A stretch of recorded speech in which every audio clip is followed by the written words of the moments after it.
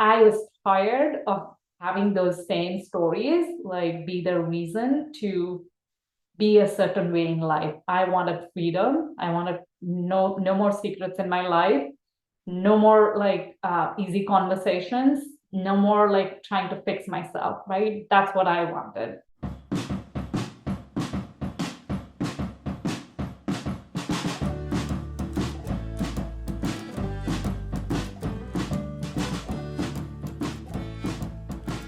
Hi there, thank you so much for joining me.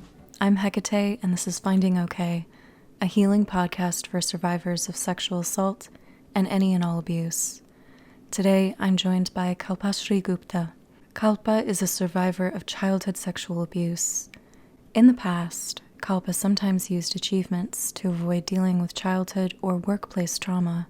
By owning her own story, focusing on her healing work, and being open about her experiences, she is changing people's lives and the way that we do business.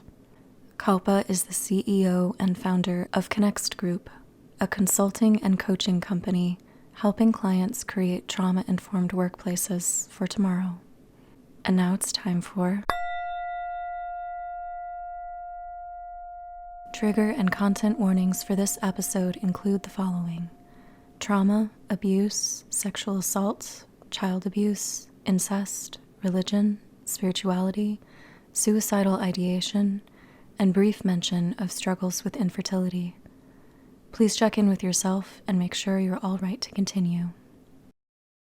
And yeah, so here we are. And I'd like to start with, are you okay? I am more than okay. I'm feeling joyant and blessed today. Nice. And what is a compliment that you have received and that you've never forgotten? I've received a lot of compliment that my eyes are very soulful and beautiful, and I tend to believe that, and I remind myself of that every day. Nice. Yeah, it's always nice when someone sees something in you. Yeah. And what is your favorite color or color combination, and what do you associate with it? Yeah, it's red and purple, both. And I associate, I had done this assessment a while ago, right? How you fascinate by Sally Hogshead. And red is a power, color of power. And I so personally associate. I think it just brings out the best, and red looks great on everybody. Mm.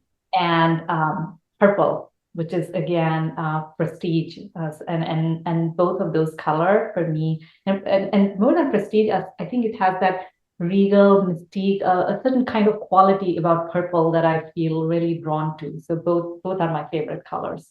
They are both very intense, like strong, powerful, passionate, royal colors. It's true. For a long time, I used to wear red in India quite a bit sometimes, right? But I would always, in corporate life, I put myself mostly in blue and black and shades of gray, and how that changes your mood and how you feel about yourself, I can't even tell you. Right? So Yeah, now mostly see me in different shades of red again. nice. I like that. Yeah. Mm. And if I had to summon you in a ritual, what 5 things would I need to place as offerings at each point of the pentacle on the floor? Yeah, this question is so interesting. And I came down to um, some of my values and what I want amplified in my life, right? So it's going to be some form of knowledge, like learning. So a Mm. book, or what I write in my journals, right? It's got to be some form of music that fuels my soul. So maybe there's some music playing on. Number three, it's something that and two of the items are how we can show compassion in the world. One is like through Mm. money, and the other is through prayers, right? Mm. And that was four, right? And then the fifth one is food that nourishes. So for me, food can be either fruit, or my son loves my husband's homemade ghee, and ghee is such a purifier in Indian culture, like from a ritual. So when you talk about ritual, I think those are the 5 things that came to me. It's become a staple in my household as well, and just the ritual of making it and having it be a part of every meal, and yeah, it's a beautiful thing. Do you have a favorite kind of music or something that you would prefer to be playing? Um, I have a wide variety in music, but I like a lot of old melodious Hindi songs of the genre back in the days of Lata Mangeshkar and Manna Dey, and one Mm. of my favorite singers is also Bhupen Hazarika. He was from the eastern part of India, and Assamese lyricist, music composer. I have some very childhood memories of that, like listening Mhm. to his music. So for me, I listen to a lot of like Western music too. Like my playlist is probably filled with all, but I tend to get drawn to very um, lovely melodious songs, like which is focused on more vocal. And I used to sing a lot. So yeah. Nice. And I would love to hear three essentials to your self-care. Three essentials: meditation, exercise, and sleep. Mm. What kind of exercise do you tend to gravitate towards? Something that is calming for me, right? So right now I'm doing more stretches like Pilates, and Mhm. I go to a gym for more cardio once a week. But it's about 5 days every week, right? That's my current ritual where I am Wow. not being that, and it's 50 minutes like each day. So, but it's not, I would say I have built that muscle in the last 3 months, because for the last 2 years or so, it's been like mostly twice a week, or like thrice a week. At one point I used to run, but now it's become, I've realized that my body is more like, needs more like something that is more stretching, flexibility, as opposed to really something very strenuous. Yeah. Yeah. Nice.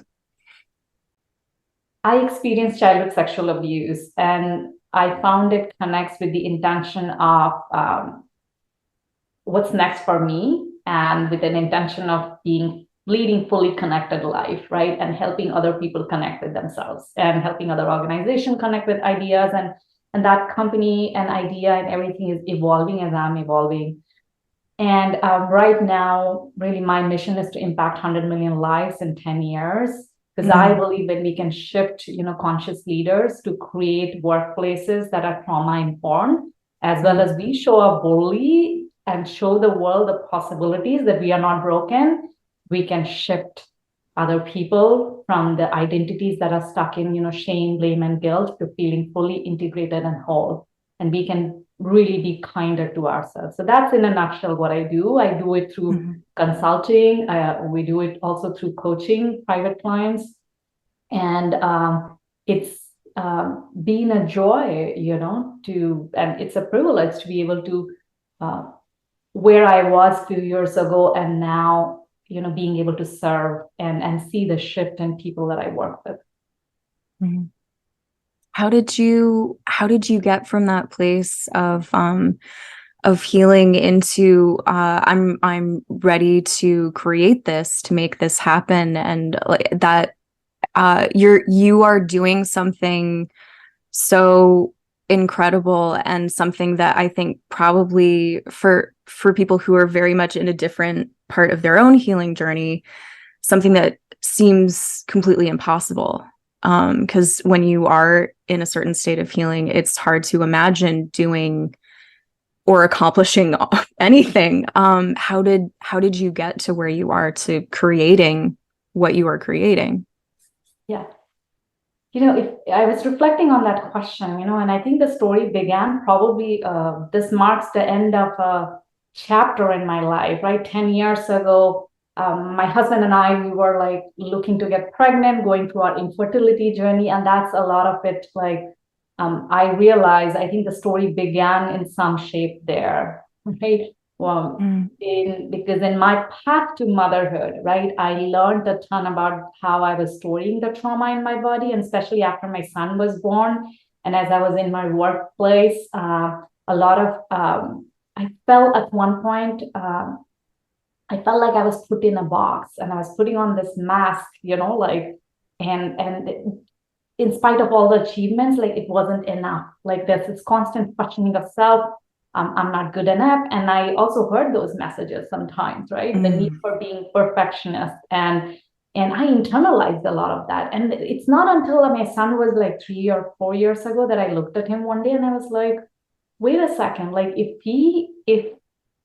somebody were to talk to him this way, or if something like what happened to me were to happen to him, would it be his fault? No, you know. Yeah.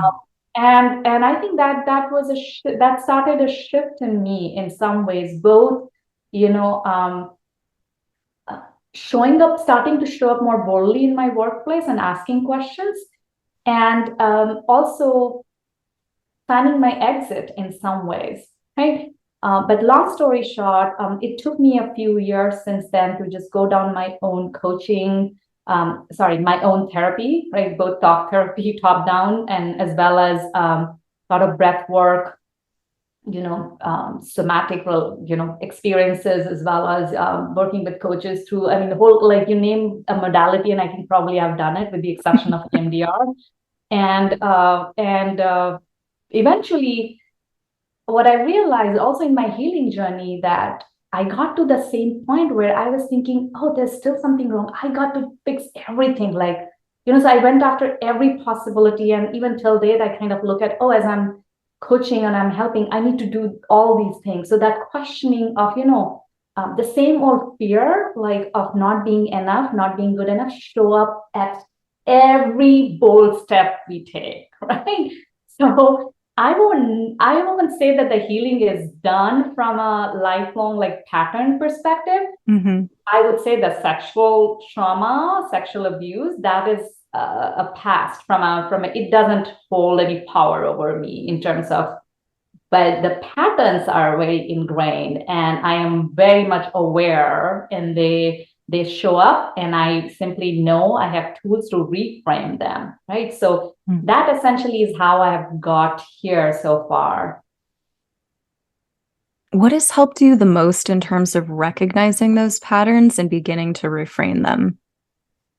At one point I hit a very low point, and I remember I was sitting with my husband on a couch, and I wanted to go for therapy, and he basically started crying, thinking our marriage was falling apart. And honestly, at that point, I wasn't even sure whether it was the marriage, or whether it was the work, whether it was like I didn't want a child, what it was. But I was like, I didn't even have the energy to, like, tell him, reassure him. Like, I just knew that I was the common denominator in everything. And if things needed to shift like that, like, I needed to do something. That was not the vision of my life that I had when I started down this path. Like, I mean, if you knew me as a child, like, people, like, my identity was, even though sexual abuse happened, I was very driven. I was ambitious. I wanted financial empowerment because I've seen how women, like, even in my own household, educated women, like, sometimes they were subjugated, or even men. I won't say they were in a very good state, because there were a lot of expectations from there. My dad, he was the eldest and gave up his studies, and really worked hard. He's almost 70, I mean, his 70s, and he's still working hard. So a lot of just bringing it full circle, like, I think that is how, like, at that point I realized that something was not right, talking to my husband, and I basically, I'm not a quitter, and I say that with a caution, because sometimes the sexual abuse survivors or people that have experienced, we also tend to take on a lot of responsibility for others' actions, right, to protect. So I'm not, when I say I'm not a quitter, I'm not a quitter in me. Somewhere in me, like, I have a very deep spiritual sense from very early childhood. I have my own conversations with God. Like, I have this belief that God is inside me. And I think that's kind of got me through. Yeah. No, I agree with you, and I relate to that as well. Like, I have experienced in my own self, in my own healing journey, a sense of some kind of resilience and a sense of a light And, that some would be uncomfortable with me calling it God, but I also believe that God is everything and thus is in me. And, and that sense of resilience and like a light that is precious within me, and determined to not let that go out, and being willing to fight for myself, and keep that safe, or do whatever I have to do to allow it to shine the way that it's meant to. And Yeah. And I'll add one more thing back to your question. Yeah. Also helped me the most. I remember being suicidal when I was in my teens, right? I never took like action or anything, but now as I've done the work, I remember saying, like, maybe I was 18, 19 or 6, 17, like I don't even remember, but there was a period where I was like, how am I living? Like, what am I doing? Like, doesn't make sense. Like, and I always had this yearning for like running away, just exploring the world, and like travel is big for me. So I think part of, but I knew, and I can't remember what happened exactly, but something happened that made me realize life was a gift. Life is a gift. And not actually, now I remember, it wasn't until like then, it was when I moved to the US, I met with a car accident. Hey, Mhm. and we totaled the car. It was one of the, Wow. I won't say I had trauma from it, but I always, at some point, I had wished that, oh, I want to die. And I remember meeting with the car accident. I was in grad school here, and my husband was so frantic, and 911 came, and there was another party involved, but nothing happened to me, right? My idea of even if the minuscule thoughts that were there about like suicidal thoughts or life, I don't want to live this life, or like that, those were gone. Yeah. So I think part of what shifted for me, like what has got me through, is that I believe in life. Like I believe life is a gift, and I believe in karma, and I believe we all are here to do something and learn something in this lifetime, and that keeps us going, keeps me Yeah. going. So you have a sense of purpose. I do. Can I ask, if you're comfortable, like, what is your purpose? My purpose is to help sexually abused children and women claim power, live with joy, and create a kinder world. There's nothing more that I would like. If I were to die 10 years from now, I hope more and more people show up. And this, like the statistic once I read somewhere, average age at which people share their childhood sexual abuse stories is 52 years old, if they ever share, right? Yeah. Many a times they don't share. Yeah.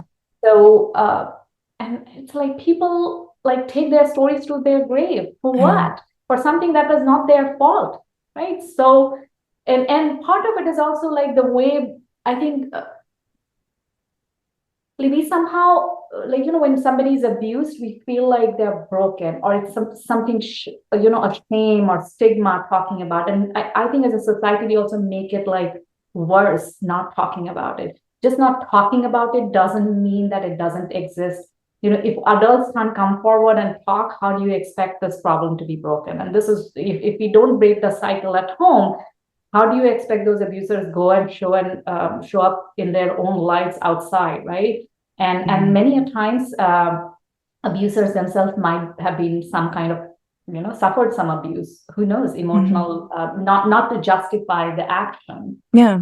There are different types of people who abuse, and 90% of the cases in childhood sexual abuse, people are these are people that they are related, and or at least the adults who are supposed to be your caregivers, they trust them, or sometimes it's a caregiver, it's a sibling. So if we don't talk about these problems, bigger problems at home, guess what? We get a world created by mistrust, where we are not trusting and we are looking for safety externally. It's so easy to go out on social media platform and get mad. It's so easy to go and attack another country. It's so easy to do harm, and because your sense of home and safety is not there.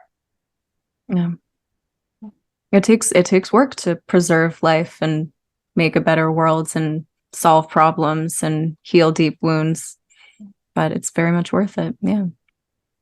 And I 100% agree with you with the silence and the stigma. And I'm a big believer that, of course, it's everyone's choice when and if they disclose. That is always up to everybody. But ultimately, if I'm talking in terms of the bigger picture, like I'm a big believer that the silence and the stigma and like, don't talk about it. This is taboo. Let's just not discuss it.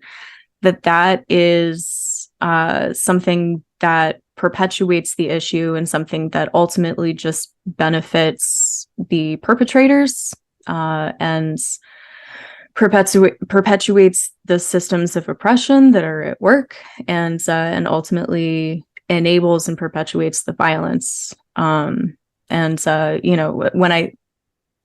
I started to disclose and talk about things openly, like I really kind of battled with that silence and that stigma and that fear. And then ultimately there was the realization that my silence, it really only did my abusers a favor. And that's kind of, when you kind of blow that up into the big picture, it's kind of like, this is the system and how it works. It thrives in silence and in darkness, and that taboo only is only helping it continue. So I'm excited that we are all speaking about it more openly, and that people like you are shining a light into dark places and bringing this conversation, especially into the corporate world, where this definitely needs to be talked about. I love that you're doing trauma-informed work and that you are looking to create trauma-informed practices in business. I'm thrilled to be talking to you, honestly. Yeah. Part of what you said something, I want to touch upon that, like, the shame thrives in like silence sometimes, right? And I want to double down on that. Like people, I'm not saying that if you are in an unsafe space and you fear for life and you don't have financial, support and means and things, that you go out and just announce to the world. Where no, I'm not giving that advice. It's always a choice. It's always a choice. And for me, I think eventually what helped me, I got to the place of where the thing that happened, it is a thing that happened. In trauma, what happens is there's a thing that happened, there's an external thing, and then how we internalize. So when you separate those three, that's when you can realize, oh, this is a thing that happened, but what did I learn from that? And it's not learn from it that I needed, that thing didn't need to happen for me to learn. Maybe there would have been something else that would have happened, I would have learned. So it's, for me, it's been a reflection of what have I taken from that, right? What have I learned? Like, what are my life lessons? And some coping mechanisms work, like silence, people pleasing, hypervigilance, control. It absolutely worked, and which is why I thrived in my corporate life, right? Externally, a lot of people say, "Oh, you've done well," and some, and then there be some parts where I haven't done so well. But it's recognizing that, that silence. And then now that I have done all that work, I share, because for me, I remember my therapist giving me the permission that, hey, if you don't want to share with anybody, don't share. So I don't think the first round of therapy that I did, I told anybody.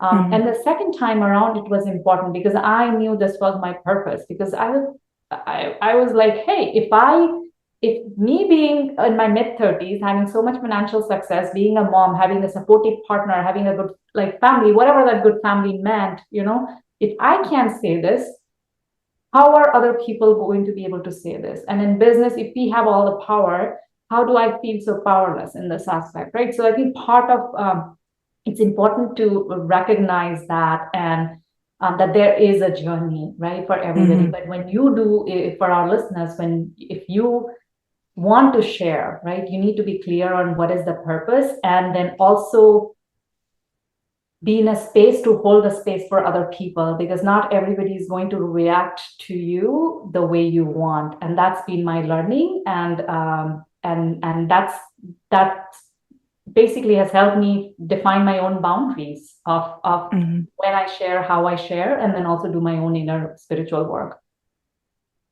Can I ask, so you first started to disclose in your mid-30s?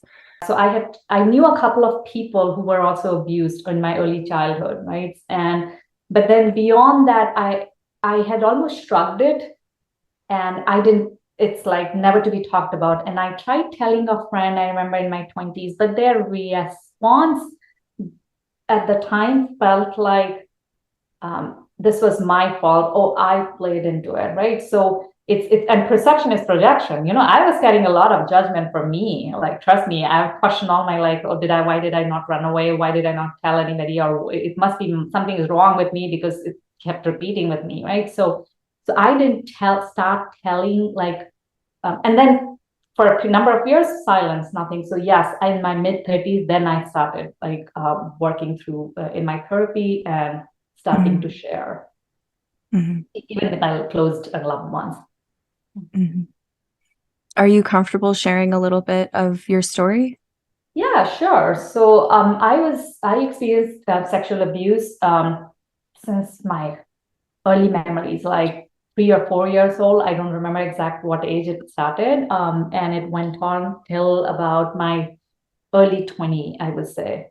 So over a period of many years by different people, including and couple of uncles, extended family, my a teacher, a cousin. Now I'm losing track even, right? Because some Mm. of so yeah, and it was the why I'm sharing is at some point these things hadn't hold over me. Now they don't. Now it's almost like yes, that thing happened, and through the course of that experience. I realized, and I've had conversations even when I shared with my husband probably about a year ago, and my rest of my family. I've had conversations with my abusers who are alive. Some of Wow. them are alive, some of them are gone.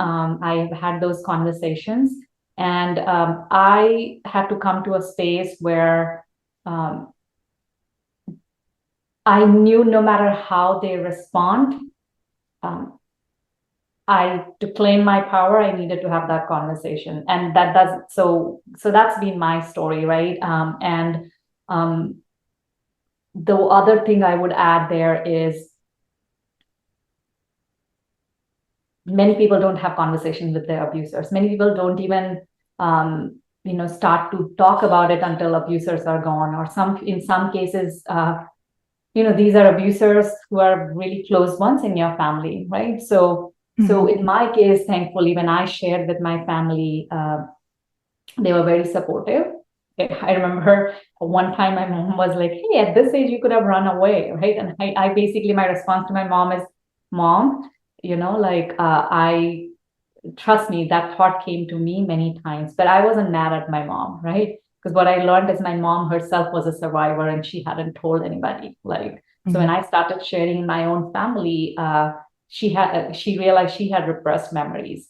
And when pretty much as I've started sharing in my family, 50% of my family has experienced childhood sexual abuse. And I will tell you that my family is not alone. Many a times people don't know their family of origin stories, and this just continues, right? And which is part of the reason a lot of the times, like the stories are shrugged under the carpet, right? In US, 1 in 4 girls, 1 in 6 boys experience abuse before they turn 18 years of age. Every 9 minutes, a child is abused in US. That these are documented stats. In India, it's I think every 15 minutes, but I believe the numbers are underreported. Mhm. Globally, I've had conversations with folks in Australia, New Zealand, UK. Globally, I believe 1 in 4 adults have experienced childhood sexual abuse at some point. Mhm. So you asked about my experience, but that's what's been my learning, through my own sharing with my family and what I've learned. Yeah. And I want to add a statistic to that. About 50% of gender nonconforming individuals, so transgender and non-binary individuals, about 50% probably over that have experienced sexual abuse in their life. And Yes. yeah, it's the numbers are staggering. This is an epidemic, and it does. There are cycles in families, and it's one of those things where it's always kind of surreal talking to someone who thinks that their life is completely untouched by this, because I promise it's not. I promise it's not. It's surreal. I mean, I'll tell you, like, so I've done surveys in some of the forums that I've spoken, and thank you for adding that statistic. I mean, it's so I think gender non-conforming folks and trans people, like, they experience additional layer of complexity. They don't get the support even in families, and sometimes you have economically disadvantaged at an underadvantaged standpoint, right? Because our societies are designed, for some reason, I feel like, particularly in the last 200-300 years, it's kind of gone differently, because in the past there was no such, at least coming from the Eastern kind of cultures, like, there was a gender spectrum. Like, we might not say, like, we've seen those things in our historical, like, mythology, or in our, texts or things, right? So there's a masculine energy, there's a feminine energy, but there's so much of this toxic, masculinity, or either you're a man or a woman, or these things are relatively, I think, a way for organization, like societies, to find structure that are easy to, like, explain and uphold, in quotes. Like, it's a totally different discussion for another day, but that those things have actually sometimes means that people are, if I don't feel you fit in that category, you can't belong to my place. And if you don't belong to that place, whether it's a work or economic opportunity, you have a greater chance of being, sexually abused, because some of those things, again, in brothels or other sex works, these things thrive, right? Yeah. Well, and I agree, it's a conversation for another day, but I'm always moved to just straight up say, for folks that aren't aware, the gender binary is a racist, colonial thing that has been enacted as a form of violence upon other cultures. So that's, if you're listening, look it up. Yes. But yeah. I'm very curious how those conversations with, or not necessarily conversations, but communicating with your abusers, if you're comfortable talking about that in any regard. I know that that's something that a lot of survivors struggle with, whether they should do that, a lot of curiosity about what that might look like, or how it feels for different people, or if they should, if they shouldn't. And just, it's a very big, scary, confusing question. So it is. And the short answer is, only that person who has experienced abuse, you get to decide that, and that what you want to do, that may vary as you process your trauma and heal, right? So for me, it wasn't the very first day when I said, hey, I'm going to go and tell, like, you suck, like, all those thoughts were there, right? I mean, part of me, like a large part of my life was probably in fear, because I would see them in social circles, weddings, or in, when I would go visit the family, or when we are talking in our family. And so it wasn't day one. I think some of it started with one of them passed away, and I felt like a deep sense of, like, relief, but also like a really different mixed feelings, a strange sense of compassion also, like, that what their life would have been.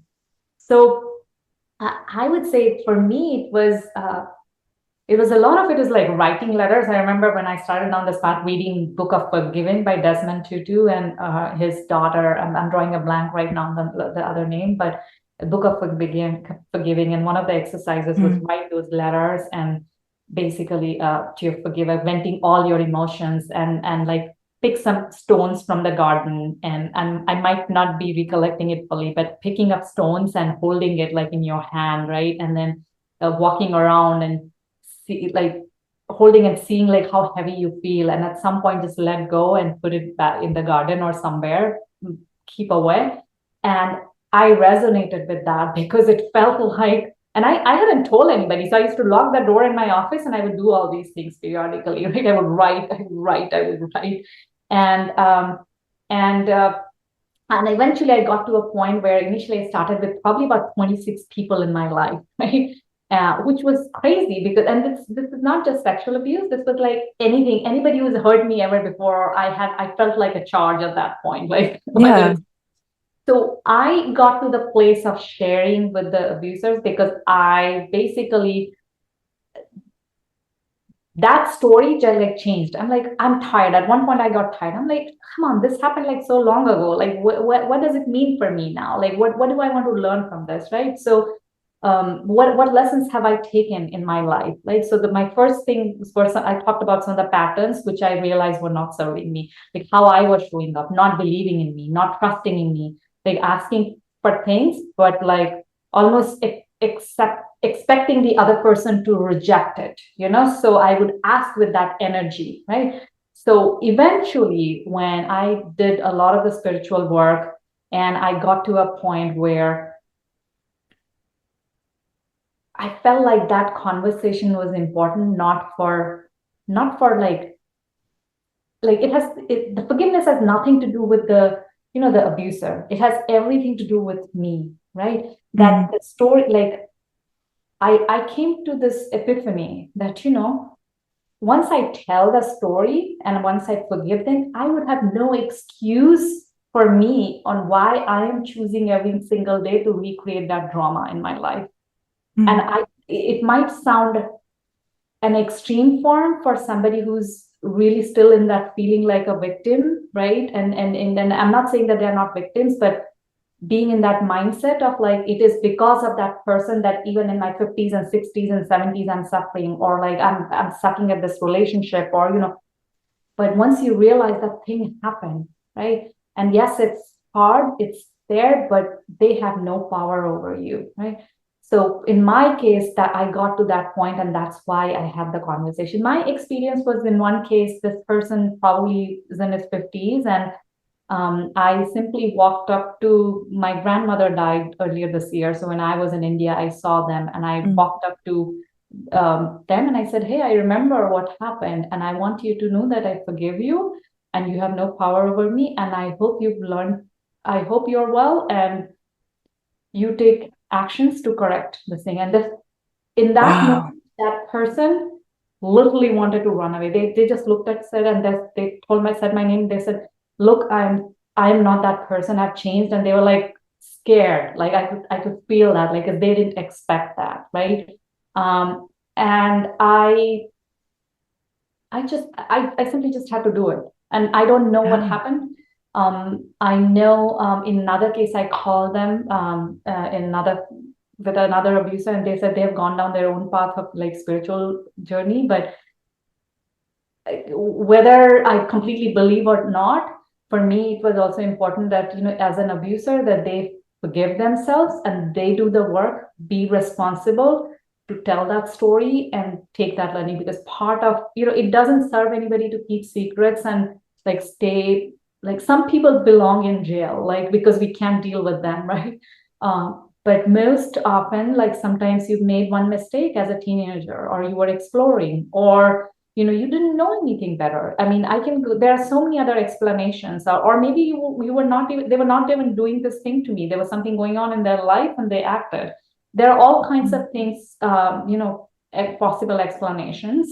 For me, it didn't matter what their reasons were, really, for me, because I knew my life, like I was tired of like having those same stories, like be the reason to be a certain way in life. I wanted freedom. I wanted no more secrets in my life, no more like easy conversations, no more like trying to fix myself, right? That's what I wanted. So I chose to have those conversations, at Wow. least with a couple of people that I was able to. Yeah. Can you talk a little bit about what forgiveness means to you, or how you define forgiveness, or what it feels like for you? Yeah. So from a sexual abuse perspective, I would say I'm very clear on that. In some of the other areas, it's a constant struggle. Some things come up, and then you're like, I'm still getting stuck in shame, blame, and guilt. So I have to work on me, right? So from a sexual abuse perspective, with all the people, and I don't think there's any difference, by the way, across different categories, right?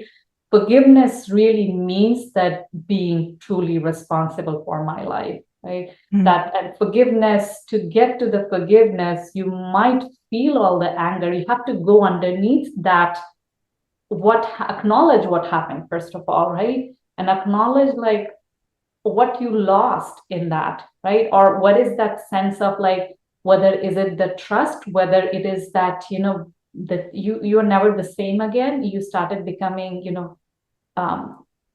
like hyper vigilant, like looking for problems, fears, and trying to being in survival mode. So you have to acknowledge all of those things that you lost versus being that free spirited child who was like simply exploring the world.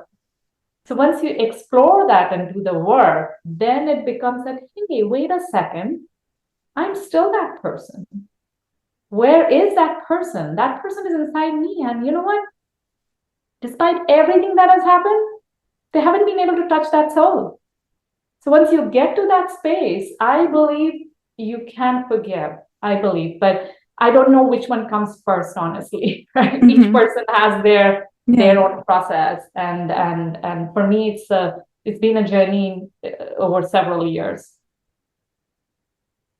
Thank you for talking about that. I know forgiveness is like a very touchy subject for everybody on their healing journey, and everyone has very different opinions. And for some people it holds a place in their healing journey. Some people maybe not. Like everyone's got something different to say about it. So I really appreciate you talking about it and sharing your journey with it. I would also add, forgiveness doesn't mean that you're absolving other people of their crimes or heinous things that they might have done, right?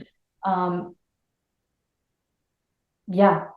think sometimes when there's resistance, I feel forgiveness is confused with, hey, here's the thing that happened, right? And what is the other person's responsibility? Forgiveness doesn't mean you take responsibility for like everything. It doesn't.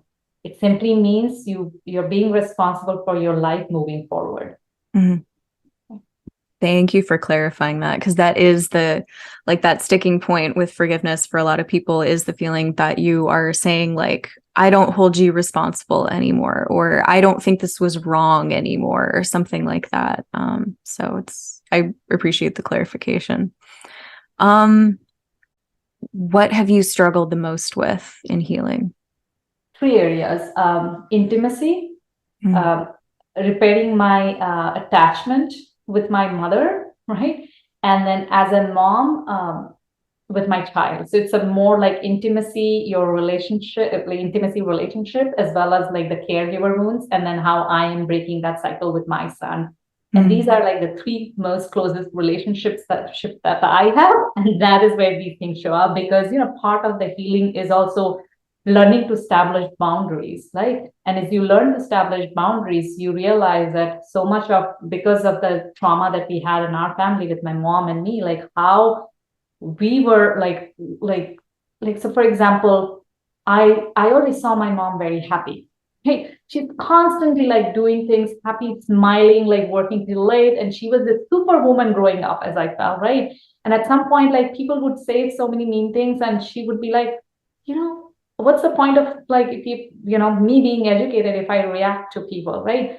And I would be like aggravated. I'm like, Mom, you cannot take up like, people saying some wrong things, because my dad was complete extreme. Like he was very open, and he would like, I learned so much from my dad too, like being like, very confident, very independent, right?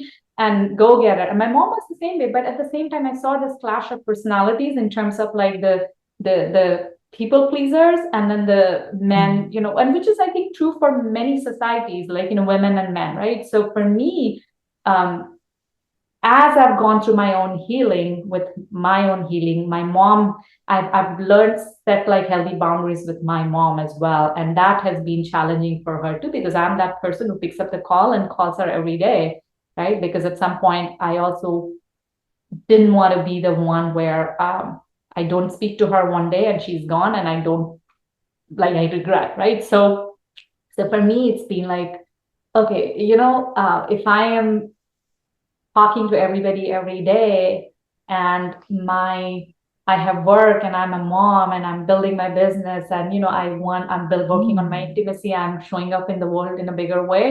There are sometimes some conversations I don't need to have with everybody, so with my mom it's been about, hey, like, you have a choice, mom. Like, sometimes it's so again, this is not a podcast for my mom, but I think it's relevant for many other people because we all struggle with the boundaries with the closest one. Does that help? It does. No, thank you for talking about that. I think a lot of us struggle with boundaries, and it's true. The closer that people are to us, the more difficult it is, and especially your close family members, especially people you've grown up with. Like if you are raised with a certain kind of boundaries, or lack of boundaries, then inserting them or creating them in that relationship and changing the dynamic, it can be quite a struggle. And in a relationship where there have been no boundaries, suddenly putting up boundaries to that other person, it can feel like an attack. Yeah. It's very difficult. Yeah, the other part, as you were talking about in setting the boundaries and healing is, sometimes people pleasing, and there are other people who are complete extreme megalomaniacs, right? These are all separate forms of control, right? So sometimes we are like, oh, they're so nice, but by being nice, we are trying to control the reactions for everybody. And here's another way people are being demeaning, but they're trying to control the outcome. So once you realize that these are two separate ways of control, and you realize, holy cow, like, what am I doing? Like, am I like, why do I need to always smile if I'm not happy? Yeah. Why do I Yeah. like, it's a different thing. I'm a joyous person. I'm joyful, some things don't bother me. I'll smile, I'll be centered. But if I don't feel like smiling, I won't. Yeah. Right. So I think these are the very subtle points, but I feel like those are the things that I have had to learn the most, like establishing those boundaries and establishing that sense of who I am, without all these beliefs that I had learned. Mm-hmm. And where have you found strength and support? There's so many ways, so many ways. I mean, I feel blessed every day. Like, I have a very supportive family, like with my husband, with my son, with my extended families. Like, in some ways, part of it is also, I think it's my inner strength. Like, the more I believe and I show up, other people also are there, because I believe people are perfectly capable of evolving and growing with you. And sometimes we have judgment for other people that they can't meet our standards, so they can't be with us, they can't fulfill our needs, that we don't even ask for support, right? So it's been, I think it's my community, but at the same time, the trust in me asking for what I need and reaching out, all these things have helped me really create my own family of choice, like different tribes, community, friends that I'm part of. I'm a I'm a relationship builder. I thrive on relationships, connections, and I don't like shallow conversations. So so part of where that's where I've got the support, but part of that also has meant that there are some people who were there for a reason or a season, but they have no space in my life right now. Yeah. I love that you included yourself in that support. That's a really beautiful answer, and I just so appreciate it. In our tech call, we touched upon epigenetic trauma just a little bit. So I wanted to make space to kind of ask. And again, if you're not really in the headspace to have this conversation today, that's totally okay. And it can, whatever limits you want to put on it, also okay. But I do want to make space to ask what role race or racism or epigenetic trauma has played in your life or in your healing. So, until the murder of George Floyd, right? I didn't even think what I experienced in my corporate life was any form of like racism, right? Mm. Because part of me was like, okay, people, and I grew up in an area where we were minorities, so I've always felt like the person that who didn't belong, and I had to learn another language. I'm multilingual, like I speak 3 languages, which is very common, by the way, outside of US for folks, right? So It it's is. nothing unique, right? So for me, like the accent, how you speak, and it's like so part of life, right? And everybody is unique. But what I realized. So my story when I moved here and I worked through was, hey, you've got to work hard, suck it up, and just there's so many problems you had. You have all these opportunities, make good use. But what I realized is the racism and microaggressions and things, they take a toll on people, right? So there's a study that was done on adverse childhood experiences back in the 90s by CDC and Kaiser Permanente. And they found there are 3 areas of abuse, right? So, 3 areas: abuse, neglect, and family dysfunction, right? So this was done on 17,000 plus Caucasian families and middle class, what you would think. And what was interesting is ACEs are very common. What's uncommon is, if you have 4 or more ACEs, you are much more likely to develop, mental health issues like depression and suicidal thoughts. And there was a similar study then that was later done to include, some of the people that have been victims of, racism, bullying, and other type of, societal aggressions, if you will, Yeah. right? And that study, what was interesting when you compare the results, that communities that are marginalized, they are many more times now, likely to experience ACEs, right? Because of that, right? Because of that additional, Yeah. this thing. So what that means is the health outcomes, the brain's wiring, like all of these are so different when you look closely based on whether somebody had abuse, neglect, or family dysfunction, or additional, community violence, right? Which trans folks might, and I'm not aware of the study specifically on that, if it was included, but I suspect that if such a study was done, we would find a whole nother layer of, complexity. Right? So this is to say that these things are real, right? And when you overlay all of these, sources of trauma, there's research. Like there's a book on, Body Keeps the Score, right, which talks about war, and this is one of my favorite books for understanding trauma. There are books by Dr. Peter Levine, like Waking the Tiger. There's so much like work done. Like trauma actually changes our brain's wiring like permanently, right? So you can there, and let me make that clear. You may have additional, so for example, in my case, a lot of the things were going well, right? Like I had a good family, food, and not that was not a problem. I had other good role models, had other opportunities. So I was able to find some gifts in life along with some of the gaps that I had in my life, right? So not everybody. So once you have those gifts, and we start thinking, developing new habits, we start reaching out, once we become aware, it is possible to create new wirings, in our brain, right? But unless we are aware, like our bodies are sometimes stuck in that trauma. So unless we become aware, our mind or body is like completely different spaces, and spiritually we are not even connected. So now I almost forgot what the question was, but these the healing and the epigenetics, right? They do play a role. Yeah.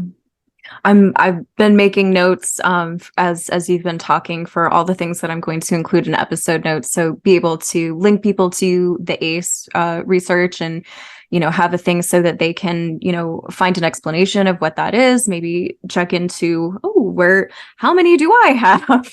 Because it's a great thing to be aware of, because it surprises a lot of us, like actually going through that ACE checklist and thinking, that did affect me. I did experience that. And especially if so often as we're growing up, we, especially sometimes in, in an abusive or difficult environment, the privileges that we do experience, they are held up to us so strongly. See, you have this and you have this and you have this.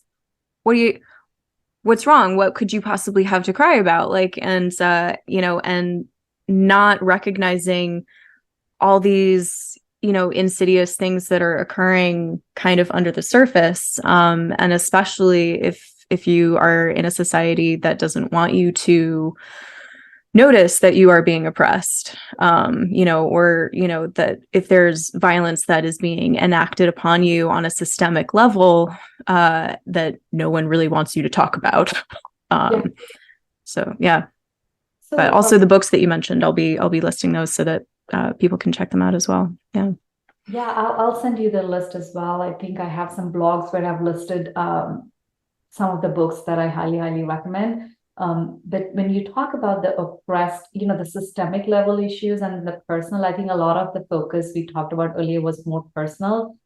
And I think it becomes all the more important personally to take care because of these systemic issues, right? Because don't get me wrong, like systemic issues are there and there'll always be some systemic issues. I wish the world, I wish, it was easier to say we would all have perfect world. If not this, there would be some other problem. It's just the nature of life.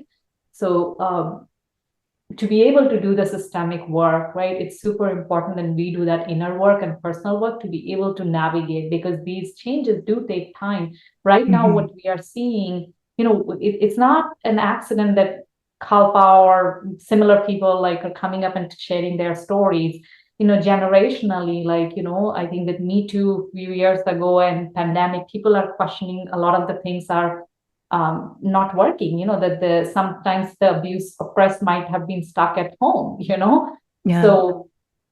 So without any connection or recourse. So I think a lot of these stories are coming up and we've started seeing the stories more from a corporate environment and now slowly some of the personal stories. All right. So I believe this is like we are in that cusp of a lifetime for the next 100 years, the workplaces, our family lives and everything, we need to shift where we incorporate a lot of the feminine and a lot of that energy to be able to create a space that works for many people, right? So the discussion that you and I are having, it becomes even more important that people become aware from ACE or, just going through that study. And it has like 10, to your point, like 10 checklists. When I saw it for the first time, when I was a volunteer for foster kids, I was like, wow. And then I went down, there's a beautiful TED talk by Dr. Nadine Harris, and she has a book, Deepest Well, which also talks about some of the health outcomes on the ACEs. So highly, highly recommend people going through. If one thing you want to take away from this call is just be aware of your ACEs. Yeah. And aware and be aware, but that is where your work should stop from using the label, because we sometimes get stuck in that identity, right? Be aware that it happened to you and now you do the work and then move on. And that move on doesn't mean quickly I became aware and hey, I forgive, but be aware. Awareness is the first step. Yeah. No, and I love that you mentioned that as well, just kind of identify, and then don't get stuck in I identify, I am this is what I am forever. And, to be able to transcend that and move forward. And, I kind of relate that to, I've had so many interesting conversations, at various points with other survivors in my life about a certain point of healing, that's really difficult to talk about, which is, and it is also really difficult when you are dealing with people who aren't survivors in your life, who are maybe noticing the way that you are experiencing or articulating certain things, or maybe acting as you are doing healing work. And one thing that comes up is when you are really acknowledging, like, hey, this happened to me, and really feeling it and being able to identify, like, this was wrong, this was an assault, or this was an abusive situation.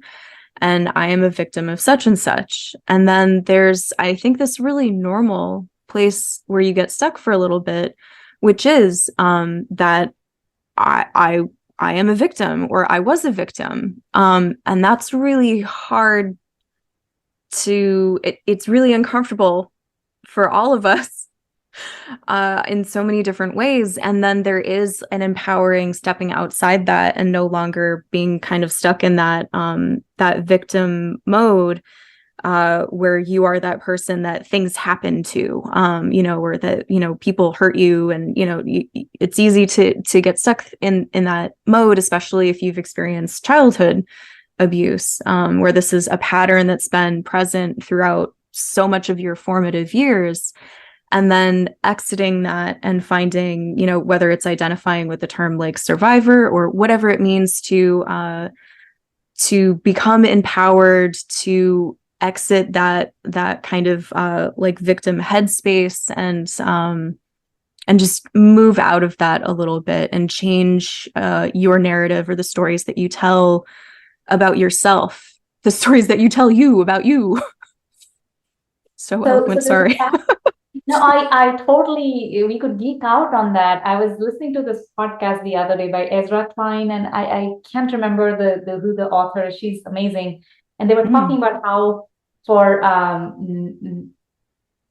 it's more in a particularly East European situation. I think they were talking about, I'm completely drawing a blank exactly in what context, but one of it was about the stories. Sometimes we talk about survivor, or hey, I was this victim, is we think that is, or if I have mental illness, that is my identity, right? And then I am this, and my future is predicted, and this is what I am, right? Because so the caution we need to draw there, right, is in some cases, yes, this may be true, but which means that you have certain conditions, and there may be different ways of managing that. And it may be possible, though, from a free will perspective, to shift some things, right? So the labels go only so far as really acknowledging that, oh, this damage was done, right? Or this incident happened. And this is why I am the way I am wired, which means that, oh, I may need this additional things to be in a certain way. So, and again, mental illness completely different than, sexual abuse and all. Like, I want to be very clear. I'm not talking from a medical like advice perspective, but it's just the stories, the stories we tell. And sometimes the stories can be empowering. Other times the stories can keep us stuck forever in that space. And it's really the stories that move our life forward. So really being aware of what stories we are carrying about our identities, as people that have experienced trauma or certain events. Yeah. Big difference between I have this wound versus I am this wound. That's difficult. Yeah. Let me check back in with my notes. So I'd like to ask you, what role does spirituality play in your healing, and invite you to share a little bit about your meditation practice, which you've mentioned. Sure. So spirituality has played like many different roles. Like as of now, right, I start my day sometime in the morning. First half, I invest 30 minutes in meditation. That includes 2 or 3 different various combinations of meditations. But one is a guided meditation that I was part of Brahma Kumari's spiritual community, and during pandemic, one of my friends introduced me to them, and then I went through some Raj Yoga, some practices, and the thing that has stayed with me is that one of the videos is like around 15 minutes. I listen to that every morning, and along with that, there are 2 other meditations I do from Chani app. This is an app for like astrology, but I find that the meditations like to be beautiful, and I'm a person who likes something guided, because if I'm sitting, I will just fall asleep, and I have a very active mind, right? So those things have worked for me, and I've built my meditation from like starting with like 2 minutes a day to like now 30 minutes consistently for almost like the last few months. Spirituality is beyond meditation also, right? Spirituality is, for me, I think for me, spirituality comes to, being fully present in my life as a mom, as a wife, as a, as a business owner, as somebody who has this living, breathing body, right? I joke with my husband, like it would have been so easy.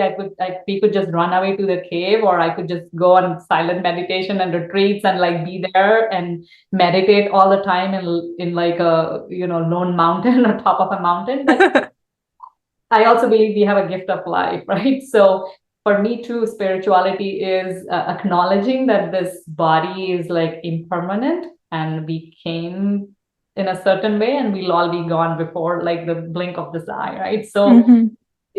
for me, I think spirituality is as simple as that reminder. So it just helps me keep my ego aside. I'm not successful always, right? But that's where the meditation and breathing and those practices that I have, like as simple as like going out and touching, standing on the grass and looking at the sky, once a day, just the way to be in my body. Because part of what I realized, Hecate, is my like with all the experience that I had around, abuse and trauma, I had stopped being in my body, right? I had stopped being in my body. So part of all of my spiritual practices are absorbing my body, where my mind is going and where my thoughts are going, and where is my spirit? Like, what does my spirit want, right? So I think it's a combination of all those things that are really, really, really critical for me. Like, and they form my core practices around spirituality. How did you first start to realize that you were having trouble being in your own body, that was an issue, and start to address it? God, there were many different inflection points, right? Like um, like when we got married, right? Like, and we started having discussions around having a child. Like, I never wanted to have a child. I never even wanted to get married, right? That was my narrative, right? At the time, right? So at different points in time, I feel like I've run away from my being in my body. But most recent, like examples I would give are where I started noticing that I'm not my mind, right? Like, and that was like once I started meditation, I would sit and sometimes people like I would realize, right, in my case, that I would sit and like, when you're calm and you're sitting, like all these thoughts are coming. Like, it's like mind is like a chatterbox. Like, you don't want to think about that person, but those are the thoughts that are coming, right? The And monkey mind. right, and 80-90% of your thoughts are the same. So it's when I started observing those things, that's when I realized, oh my God, like, why am I thinking of this? And there's a difference in, initially when you start becoming aware, like I've always been a little bit of self-aware, I would say. Like, it's not like a new thing for me, right? But I've been self-aware from the perspective of being hard on me, right? But now the self-awareness has come from, oh, interesting that I'm thinking of this. What does that mean? What am I avoiding? Like, what should I be focused? Like, wherever you focus, right? Your attention, wherever you focus your attention, that grows, right? That's just a fact, basically, right? So for me, I noticed that I was not being in my body, I would say, more profoundly when I committed fully to my creating my business, right? I mean, there have been many different times, like when I was being a mom, when I was working, I quit a job, like I got laid off many, many different times. But I think it has come to a even deeper kind of understanding when being a business owner and creating business and realizing, oh, how am I showing up? Okay, what is my story? Like, and then realizing, okay, the identity of me as a business owner is different than identity of me as a person. And identity of me as a person is I am not my body, I'm not my mind, I'm not my spirit. Like, then who am I? Right. So I don't know if it's making sense, but I wish I had a more coherent answer here, but I think it's a series of very different points in time where I've realized I've not been in my body, and it's through those grounding practices, daily rituals, that I realize when I'm not in my body. Thank you for talking about that.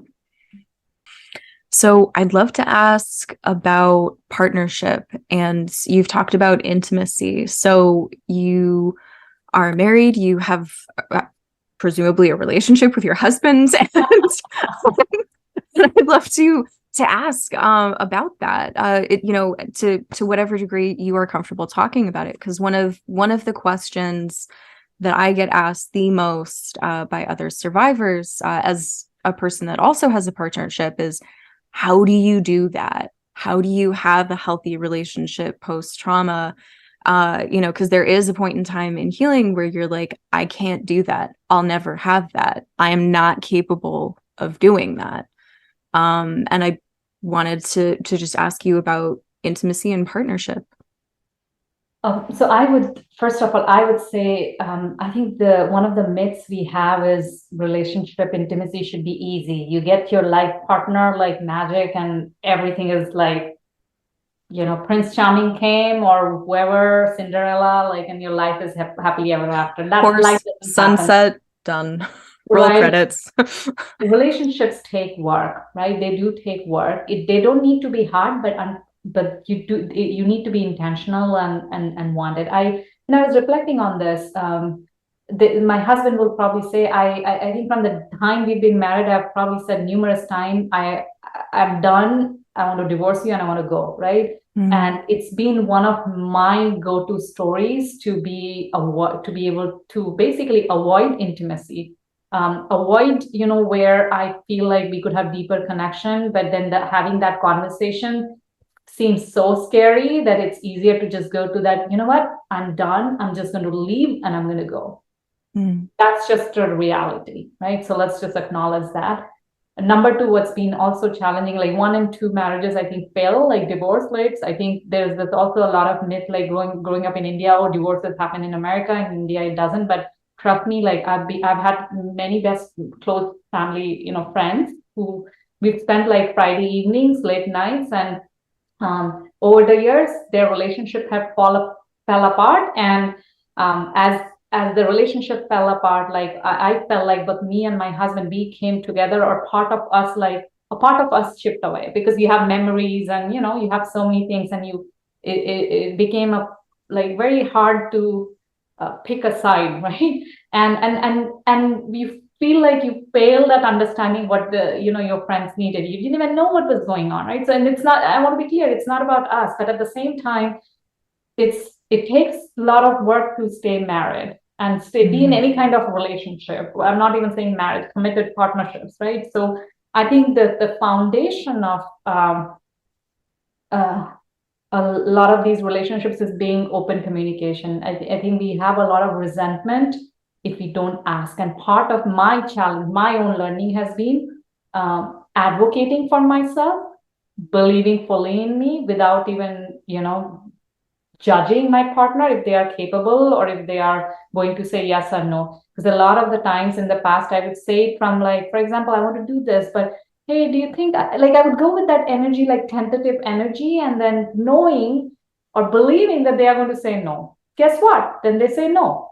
And then I'm resenting, so I think part of my own learning has come, and this is the trauma pattern, because we don't believe, we don't trust, I'm not worthy, I'm not loved, I'm not understood, I'm not seen, I'm not heard. These are my narratives, right? So, and for me, it's like, I'm not heard, like if I'm not listened to. So every fight I get into, it's almost that narrative that you didn't hear me, right? So, so for me now, I'm aware, right? So for an intimacy, particularly in a committed partnership, like each of us have to acknowledge that we are working on it, and you take turns in life. And I won't say that I wish I had a very clear answer, right? But if anyone who is who is running away from intimacy or things, also know that it's just running away doesn't solve your problems. You'll have all kinds of problems. Once you have a life to share with people, it's beautiful. Because you know what, I joke, so it's like my child, right? He's like, Mom, can I watch the TV, right? And he'll watch the TV, but and we'll allow him to watch it, thinking that we are going to get some time. But the moment we start talking, Dad, do you see this? This is so funny. And he'll say, Mom, can you see this? Like, this is so funny. So we love to share the joy with other people around us, right? I think these are the moments that keep us, that remind me that, why we want the relationship. So why I want the relationship to work, right? Why? So for trauma, anyone who's experienced trauma, you might have avoidance, like in terms of intimacy, and that's just being aware. So a lot of the work, when you do on body, whether breath work, meditation, or grounding, and setting your boundaries of what touch is okay, what is not okay.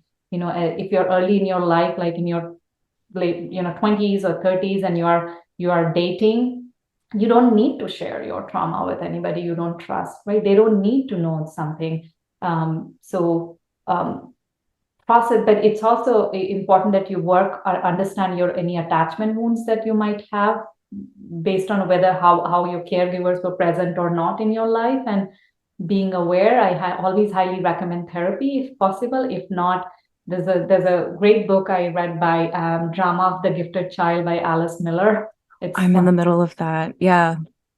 Right? How are you finding that? I am struggling to read it because it's very intense.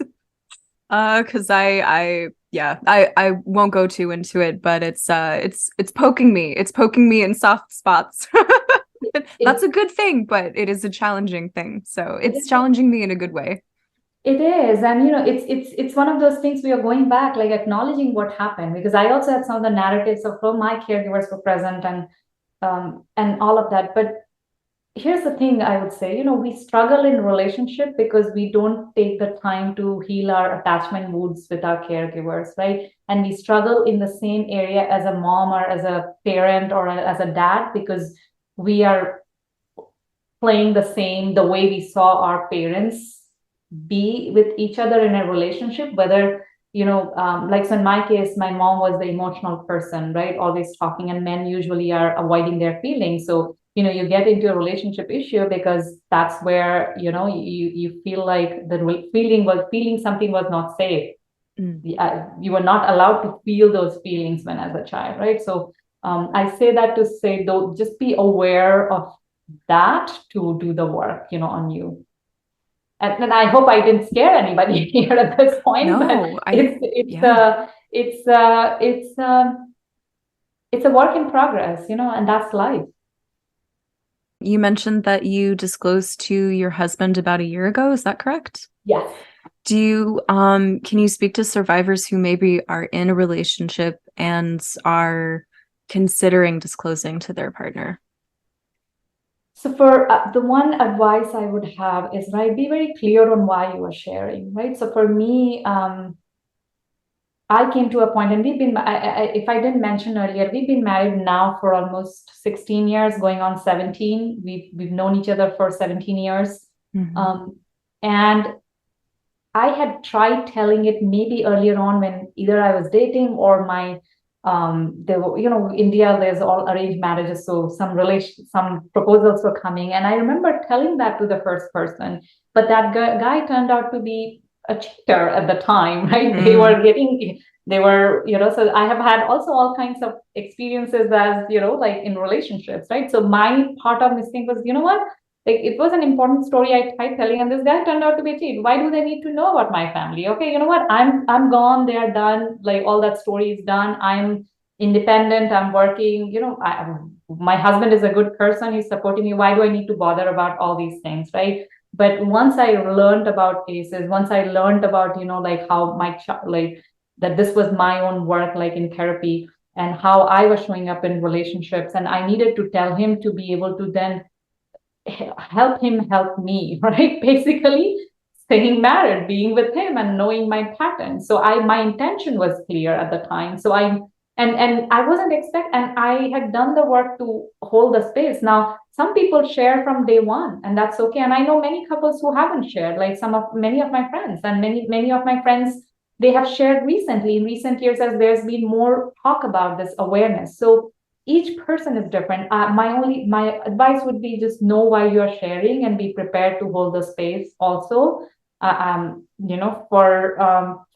however your partner might respond. And then if you are in a relationship and if you're not survivor by chance and listening to this podcast, also know that it's a privilege when somebody shares with you, and you are not entitled to anybody's private life, no matter how they are your partner or anything, and when they share, it's none of your business to go confront anybody. Like it's really that person's, they are perfectly capable adult beings. If they have experienced childhood sexual abuse, they can manage their relationship. If you have a problem with anybody, it's your own other drama that's going on, right? So and I've had to say that to multiple people in my life at different points in time as I've done this, and thankfully I was very clear. I was confident, and I have done that work. It takes a toll, though. I've learned my boundaries in that process. So, does that help? It does. No, thank you so much. That was perfect. Is there anything that you want to say to the survivors that are listening? If you've experienced childhood sexual abuse, right, for any of the listeners, and sometimes we don't even know we have repressed memories, and you might be encountering toxic people in your life or toxic relationships, or feeling like everybody's out to get you. Sometimes the patterns show up in many different ways or different health outcomes, and you start to have these conversations. Have grace for yourself, like be kind to yourself, be really, really kind, just know that you're not alone, and reach out, whether it's a therapy, or whether it's a coaching. I provide coaching, but there are hundreds of other people who provide coaching too. There could be a friend who you can confide into, or maybe a stranger. Sometimes it's easier to confide into strangers than people you love, particularly in this case. So find somebody, and find a way to release, whether it's journaling and or writing letters and releasing, whether it's reading books, but find something and know that you're not alone. Yeah, and that's it. And I'm just so incredibly grateful for your presence, for all of your deeply authentic answers to all of these questions. Thank you so much for sharing so much of yourself and your journey. And it's just been such an honor and a privilege to speak with you. And thank you so much for joining me. Thank you so much. It was such a lovely conversation. I greatly enjoyed, the conversation. So as you edit, and let me know when it's ready. And thank you for the platform as well. All right. And we're all set. And I hope that you have a beautiful rest of your day. And thank you so much. Thank you. Bye. Bye. Take care. Stay in touch. Okay, bye. Your heart is a muscle the size of your fist. Keep on loving, keep on fighting, and hold on, and hold on. Hold on for your life.